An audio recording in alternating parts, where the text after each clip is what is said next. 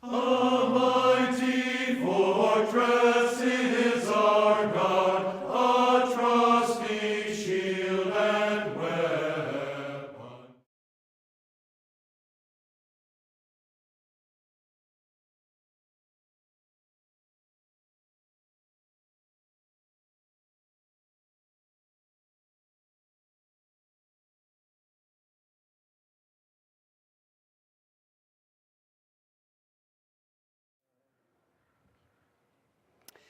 Hello, my name is Reverend Greg Seltz. Welcome to This is the Life Classics. Throughout the world, Hollywood is recognized as the gold standard for movies and television, bar none, creating iconic classics like Gunsmoke on sets just like these since its inception. Christian television is no exception. We've gone into our vault and pulled out 10 episodes from the pioneer of classic Christian television series, This is the Life. This series first premiered in September of 1952 on the Dumont Television and ABC networks under the title The Fisher Family. This groundbreaking Christian program was produced by the Lutheran Church Missouri Synod and ran through 1988. The first 4 seasons centered around the Fisher family, a strong, loving, multi-generational Midwestern family. This series looked at difficult life issues which were ultimately resolved with biblical solutions. But what makes this episode particularly interesting is the appearance of a then up-and-coming actor by the name of Jack Nicholson. Here now, This is the Life episode entitled, The Missing Ingredient.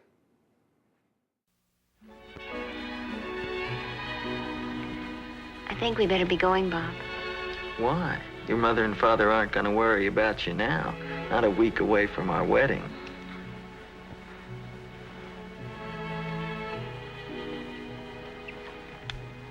I might as well start talking like a wife right now.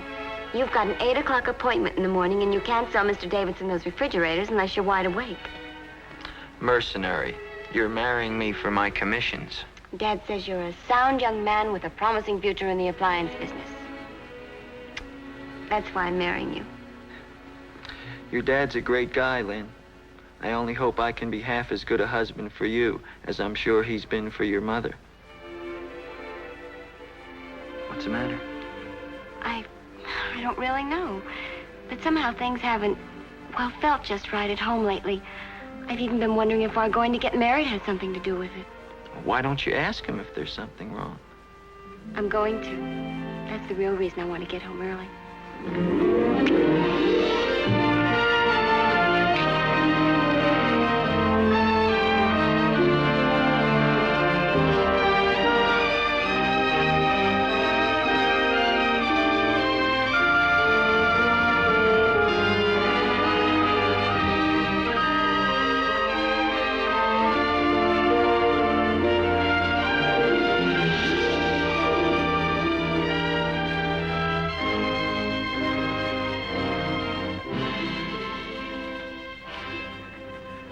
Of all the things that are meaningful to a young couple about to marry, few are more important than a sense of security and happiness in the homes they are about to leave. Of course, I knew nothing about it at the time, but later, when Lynn Murdoch mentioned it to me, I understood her fears that something was wrong at home and appreciated how disturbing it was to a girl just 1 week before the date set for her marriage.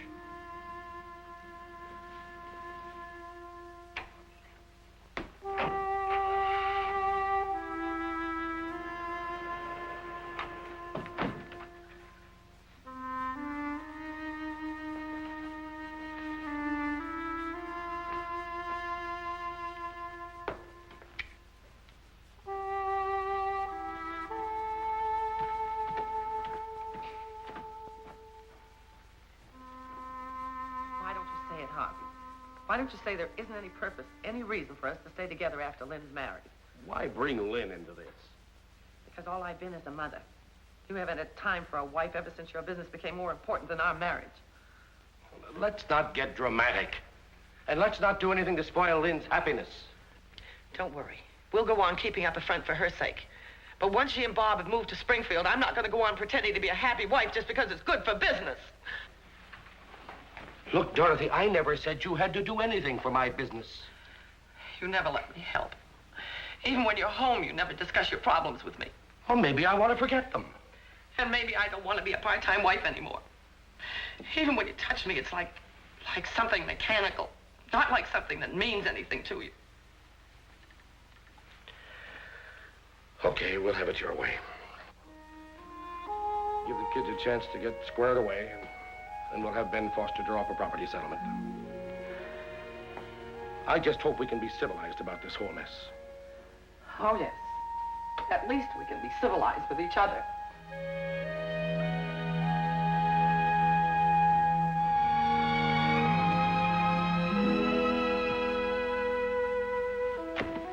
Honestly, Lynn, I never thought that business school would pay off. Then, all of a sudden, I had my first job. That's wonderful, Peggy. I'll bet you could get a job there, too, if you'd change your mind about marrying that brother of mine. I don't want to change my mind. What is it, Lynn? Oh, now, wait a minute. It's okay if you and Bob fight a little, but you can't go home to Mother till after you're married. I won't be able to then. You've lost me, Lynn. Have you and Bob really quarreled? No, he doesn't even know yet. All right. Suppose you tell old Annie Peg all about it. Peggy, my parents are planning to get divorced. I heard them talking last night. They're just waiting until Bob and I get married. Your mom and dad? But, well, they've always seemed so... Well, I've been running over here since we were both in junior high, and I always thought they were happy. I guess I just took things for granted until lately. Things have seemed different these last few weeks. Before that, it was just the usual quarrels once in a while. All married people quarrel. Mostly for the fun of making up, I suppose. I'm sorry, Lynn. I didn't mean to joke about this, but are you sure your folks are serious about a divorce? Yes. I couldn't see them, but I did hear them. It was more than just a quarrel. Well, have you said anything to them? What do you say to your mom and dad when they don't love each other anymore? Makes you wonder if any love really lasts. Of course it does, Lynn. Maybe your folks still love each other, even if they don't realize it. You didn't hear them, Peggy. It was just terrible. Well, at least they won't do anything until after you and Bob are married. Something could change things before then. I've been wondering what would happen if Bob and I didn't get married now.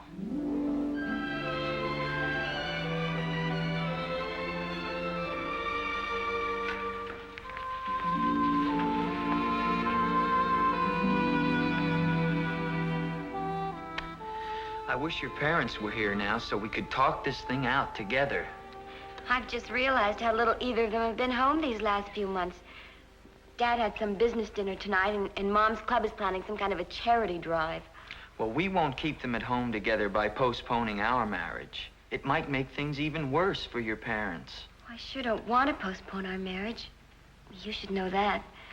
But I want to help Mom and Dad, too. Lynn, there's another angle. It might be best if your parents did separate for a while. They'd both be lonesome, and it could bring them together again. It's my mother and father you're talking about, Bob. My home. I don't want it broken up.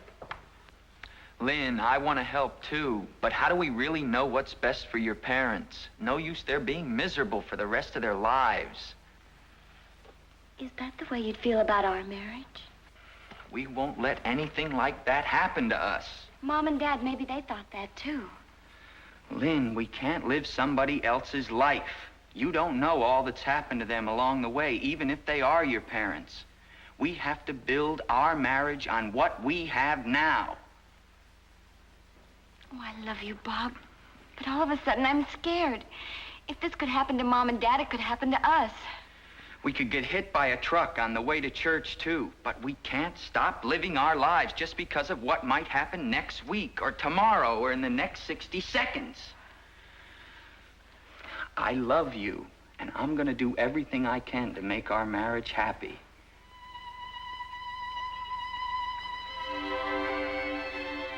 Somehow you never think of your parents being like this. Very close in each other's arms. But Mom said it. It was just mechanical with Dad now. I don't know what to do.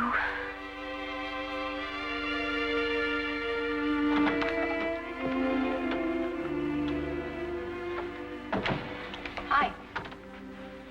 For a kid who's starting her first job in the morning, you're up kind of late, aren't you? Lynn told me about her folks this afternoon, and I'm worried. So am I. Well, you're not going to postpone the wedding, are you? Not if I can help it. I'm trying to talk her into cutting out right now and skipping all that entertainment at the church. Getting married in church means something, Bob. Yeah, I know. To all the old middle-aged women that want to come and sob into their handkerchiefs. It means a lot to our folks. Yeah, I know. And it's even more important for you and Lynn to get started in the right way. We sure are, aren't we? You know what I mean. Yeah, I know what you mean. You haven't outgrown it yet, have you, kid? No, but you've changed. You haven't been to church with us since you finished school. Maybe I had too much church while I was growing up around here. But let's save that for another night, shall we? Right now, I've got bigger problems. Okay, but I want to help if I can, Bob. I did introduce you to. Thanks, sis. But don't take too much credit. Remember, I saw her myself the first time I came home from college, and she was all elbows and knees and pedal pushers. That isn't the look you had in your eye when I introduced you last year. No, but as I tell my appliance dealers, our line of merchandise and packaging has improved considerably in the last couple of years. But I think you can help us, sis. Try and keep her from worrying so much about her parents. They're not the only ones that have ever talked about a divorce. How would you feel if it were our mom and dad?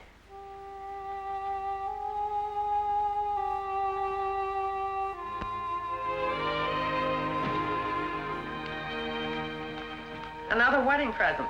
I think this one's from George and Sue. Mom, did we have to send out all these announcements? Well, the list just kept growing. After we had all the family friends and relatives, your father came up with almost as many business friends. I think Bob was right all along, not to have a big wedding. Oh, there's nothing to be nervous about. You won't even know all those people are there. And the church rehearsal will help a lot. Mom, why were you and Dad married in church? We've never gone to church except at Christmas and Easter. Well, most people do get married in church. And don't you think it's nicer than standing up before some justice of the peace? Well, has being married in church ever made any difference to you and Dad? Why, of course, dear. And that's why we want you to have a nice wedding, too.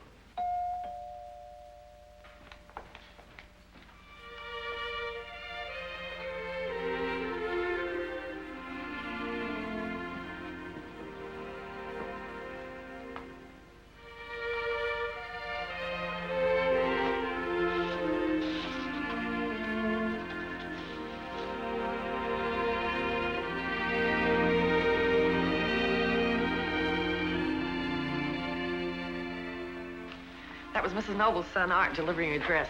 She finished the alterations last night. Do you still want me to wear your wedding dress, Mom?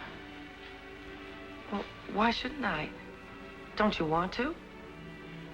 Mom, let's surprise Dad. Why don't you put your wedding dress on when he comes home, just to show him you can still wear it? I couldn't do that. It's already been altered. Oh, not that much. Besides, we're both much too busy to be playing surprises. I've got 2 million things to do before the wedding.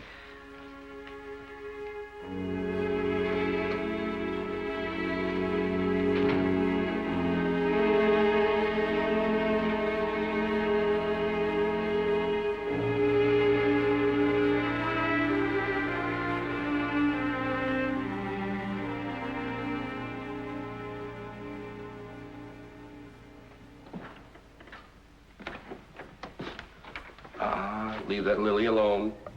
Hi, Dad. Hi. Sorry I couldn't make it home in time for dinner. How come the future bridegroom isn't here yet? Not getting overconfident, is he? He'll be here in a few minutes. He had a late call to make. Well, time enough for excuses like that after the marriage. Excuses aren't necessary if two people want to be together. Of course not, Twig. I know you and Bob will be that way. How can anybody know whether a marriage will work out? Yours will. Just believe in it. Did you and Mom believe in it when you were married? I suppose so. Hey, you're getting pretty solemn tonight, aren't you? I was just thinking before you came in. This'll be my room for just 5 more nights. You'll always be my little girl. I know, Daddy, but things won't be the same. Oh, but the things that count won't be changed. They haven't since I first looked at you through that glass window at the hospital. Daddy, I want to build a home of my own with Bob. But I want this home to be here, too. Not just to come back to, but to feel good inside of me because I know it's here. You'll always have a home, Twig. I don't mean just a house or a room with my furniture in it. I love this house, but I wouldn't care too much if you moved because you and Mom are my home, wherever you live. Sure, Twig. And a big part of our hearts will always be with you, no matter what happens. Lynn, dear, Bob's here.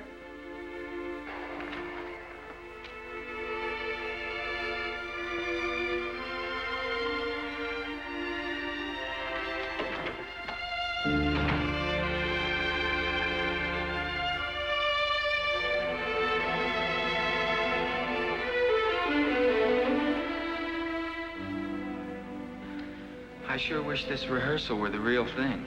I wish we'd gone away like you wanted to. Yeah, but too many people got in the act. But that's okay, hon. The results will still be the same, and that's what counts. Hello, Lynn. Hello, Pastor. Hi, Bob. Pastor? It's good to see you both again. You know, it really isn't necessary to wait for a wedding rehearsal to come to church. No, but it's a pretty good reason, isn't it, Pastor Martin? Well, by any reason. But if I can help in any way, besides performing the ceremony, please let me know. Very often, young couples like to come in and talk with me. I'd very much like to have a talk with both of you. Thanks, Pastor. Shall we get going with the rehearsal? Very well. Now, I guess you've already practiced coming down the aisle. Can you do it without tripping, Lynn? At least in this dress. Good. Bob, you and I and your best man will wait in the sacristy just before the ceremony. And there's another door out the back way in case you change your mind. And I'll have a car waiting out there, too. Well, let's assume you haven't changed your mind and that the lovely bride has already come down the aisle.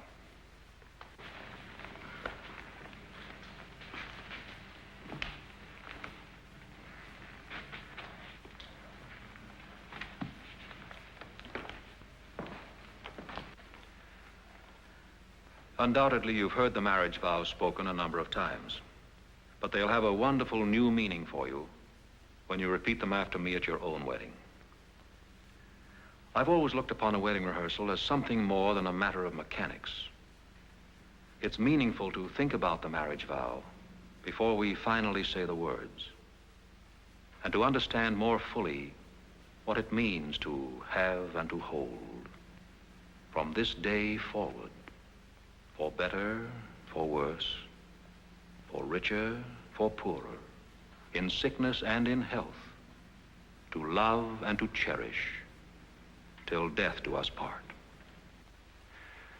I hope you'll both think about those words between now and the day of your wedding, so that they'll mean to you what God intends them to mean. I know what they mean, Pastor. They mean to love and to cherish until we don't love each other anymore. Until we're too busy. Until we're tired of each other and want to give up.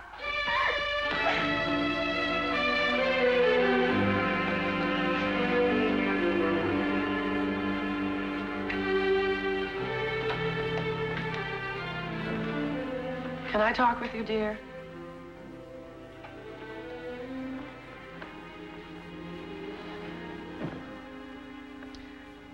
I'm sorry I didn't discuss it with you, but I had a feeling you knew. So did your father. But I guess neither one of us wanted to recognize it. We were only trying to protect you, dear, to keep anything from spoiling your wedding. I know, Mom. I'm sorry I couldn't go through with it. Oh, don't blame yourself. Sure, I blame myself. Because I can't be sophisticated and civilized the way you and Dad are. Lynn, please. I'm sorry I'm not grown up enough to stop wanting my parents to be together, to love each other. Marriages break up sometimes, and there doesn't seem to be anything we can do about it. But I know that you and Bob will... I know. Our marriage will be different. But why should it be? What will make Bob and me any different from you and Dad? We had the same dreams you had, the same kind of bodies. What will keep us together that didn't keep you together? Lynn, most marriages do work out. You know that. How do I know it? Maybe they work out because it's easier than doing something about it, or because it's good business, or because people are pretending like you and Dad. Lynn, please. Don't judge marriage by what happened to your father and me. I don't know why it happened. I didn't want it to happen. I still don't. But there just doesn't seem to be anything we can do about it. But maybe this will help you and Bob in ways that you can't see right now. Maybe you'll be more careful about your own marriage. I'm sorry, Mom, but if this is all marriage means to you and Dad, I don't want any part of it.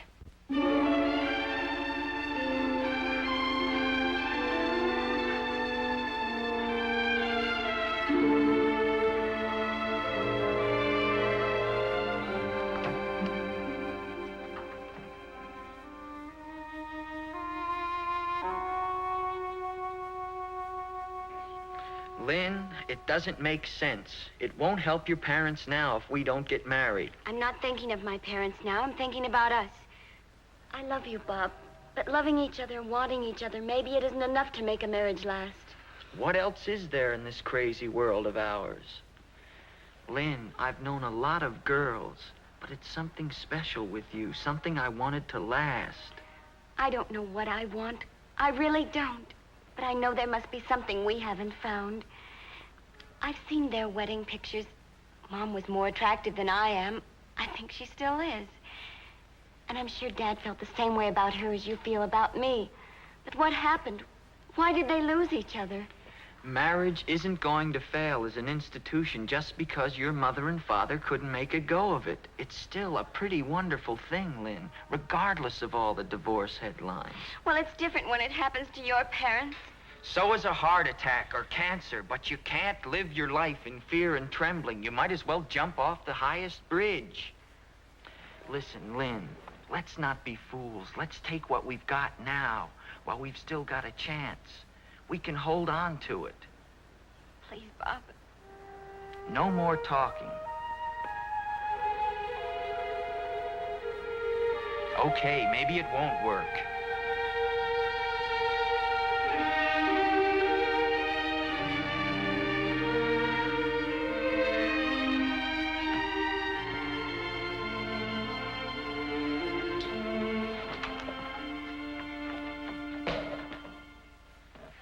Throw the other one over here so I can throw it back at you.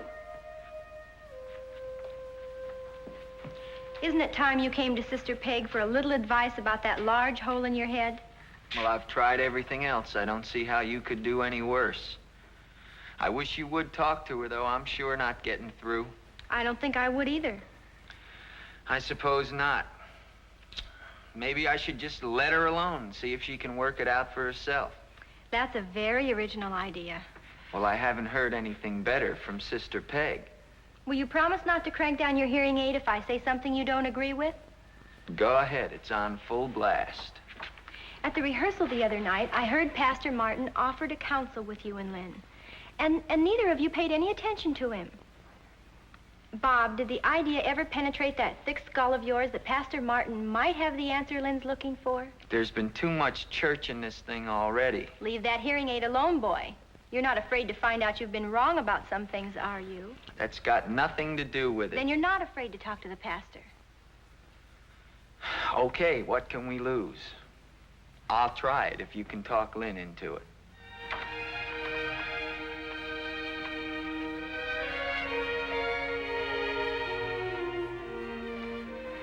That's your department, big brother.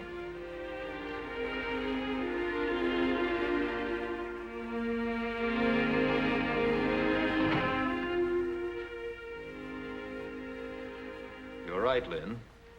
There is an ingredient missing from many marriages.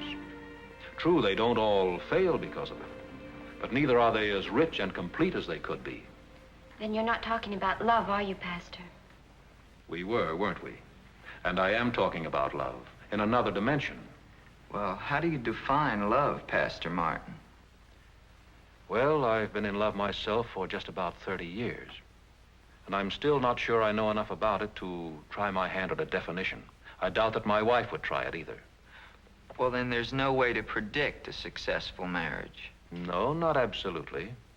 But if it's built on the right foundation, you can be pretty sure. Mom and Dad thought they had the right foundation. They were fine, intelligent people. They both loved each other. Dad had a good job, and then, well, they both loved me. What were they missing, Pastor?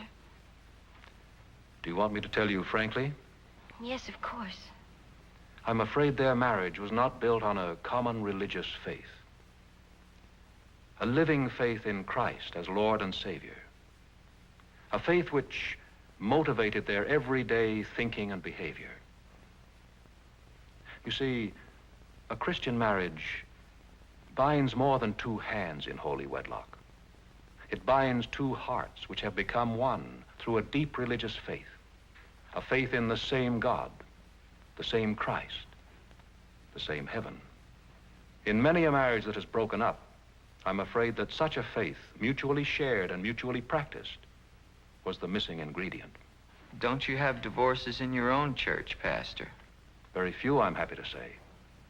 We do have our family difficulties, but as a rule, two people who have the same goal in life, I mean the same ultimate goal, will find a way of walking toward that goal together.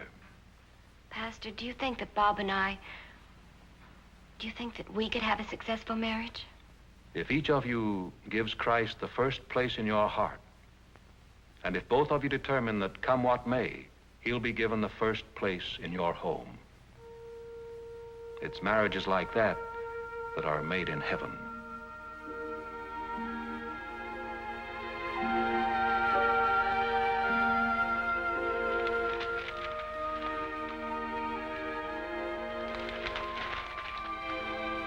Dorothy, we've got to find a way to patch things together somehow. Or we're going to ruin Lynn's life, too. We haven't done so already. Yes, we have to do something, Harvey. But it's got to be better than we did before, or Lynn won't buy it. Yeah, things are pretty bad.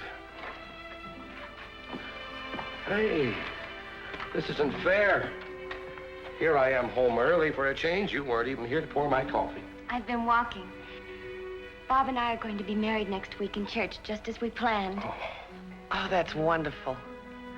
It will be wonderful, Mother. We've been talking to Pastor Martin, and now I'm not afraid. Bob and I are going to have a Christian marriage. Oh, Mother, Daddy, I'm so happy.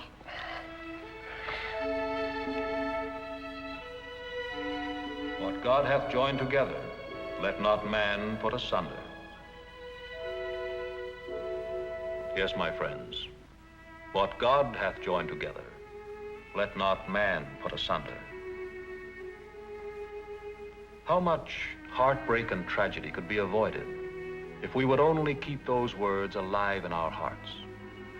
If only every marriage could include the missing ingredient which Lynn and Bob finally found in a common Christian faith, mutually shared and mutually practiced. This program has been presented by the Lutheran Church Missouri Synod, with congregations throughout the United States and Canada, and is dedicated to the gospel of Jesus Christ, the Son of God and Savior of the world.